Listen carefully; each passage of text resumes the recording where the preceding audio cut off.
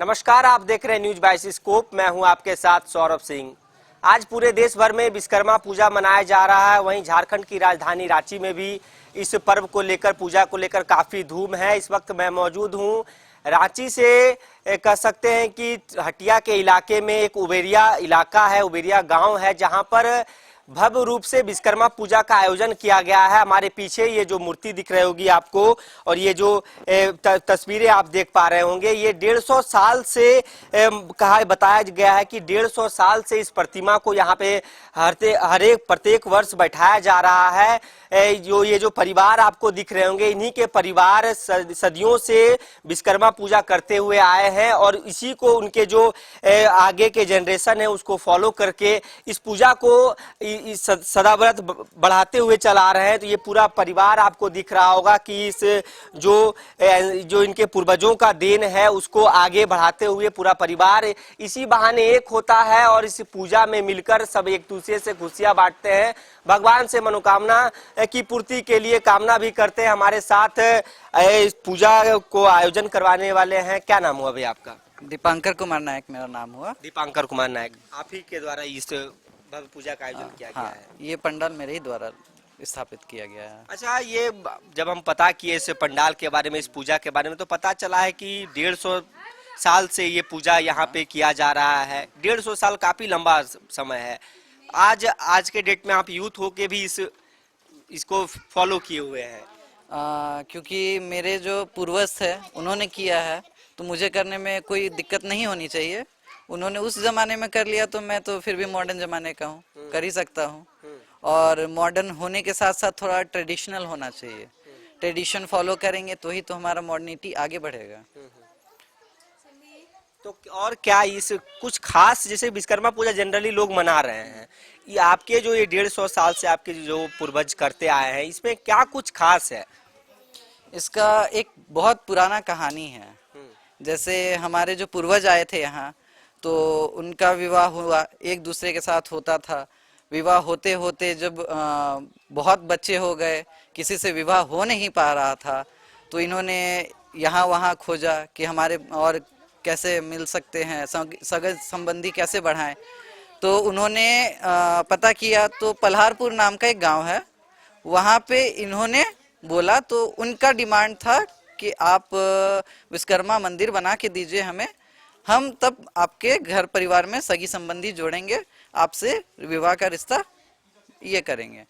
तो उसके बाद उन्होंने बोला कि स्वीकार्य है। उन्होंने वहाँ पे मंदिर बनाया, और जब मंदिर बनाया तो वहाँ से हमारा ले करके आए पूर्वज कि अब जब मंदिर बनाया है तो पूजा तो करना है, और ये हमारे कुल देवता भी हैं। ये हमारा कुल का ही पूजा है, विश्वकर्मा भगवान हमारे कुल के देवता हैं। तो उन्होंने यहाँ लेकर आया, और उस टाइम पे वो मूर्ति तो नहीं था उस जमाने में। हाथ से मेरे जो पूर्वज थे वो हाथी बनाते थे और बांस का छाता बनाते थे, उसके ऊपर धोती बांध करके, और छाता पूजन बोलते थे उसे, छाता पूजन करके और इसे स्थापित किया गया था।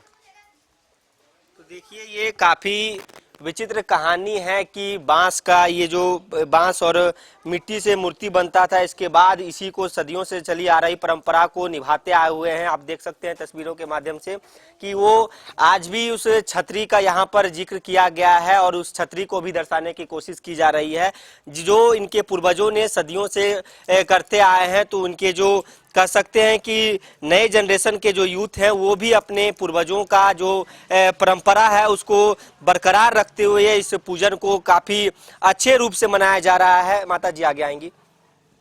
आप कौन हुए इनके? मैं इनकी माँ हूँ। माँ हुई, अच्छा। तो आप तो इनसे पहले, मतलब 2 जनरेशन कह सकते हैं कि पहले आप पहले देखे होंगे। पहले किस प्रकार से आपके यहाँ? पहले जैसे बाबू बताए वैसे ही किए जाते थे। उसके बाद हम लोग जब थोड़ा सा सोचे कि थोड़ा सा यूनिक भी होना चाहिए, आसपास में खबर तो पहुंचना चाहिए, विश्वकर्मा समाज में हम लोग रहते हैं, कुछ एक अलग से तो होना चाहिए, इसलिए हम लोगों ने इस पर्व को और भी धूमधाम से मनाना शुरू किया। मतलब जो परंपरा चलती आ रही है, इसी चीज को हम लोग थोड़ा सा और मॉडर्नाइज करके आधुनिकतम तौर पे ला करके उसको पूजा करना शुरू कर दिया, और बस यही अंतर है हम लोग में। फिर वो जो भैया को देख के फिर ये जो छोटे छोटे बच्चे हैं फिर ये सीखेंगे, फिर ये भी वो आगे फॉलो करेंगे। तो देखिए काफी अच्छी कहानी है इस परिवार की। इस परिवार के जो लोग हैं इसी बहाने एक होते हैं और काफी धूमधाम से सृष्टि के रचयिता भगवान विश्वकर्मा की पूजा मनाते हैं।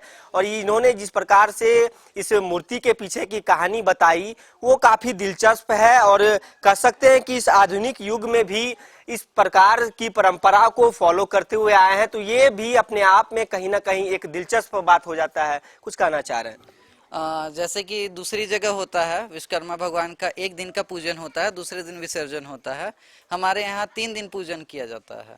तीसरे दिन हमारे यहाँ विसर्जन होता है, जागरण का प्रोग्राम होता है और हमारे यहाँ भोग भी बांटा जाता है। और इस चीज को मीन्स पूजा क्या हुआ, पूजा या त्योहार में लोग एकजुट होते हैं, उस एकजुटता के लिए ही पूजा स्थापित किया गया है। और हम लोग उसी को मनाने के लिए हर साल 17 सितंबर से लेकर के 19 सितंबर तक एक जगह पे एक जगह हो जाते हैं।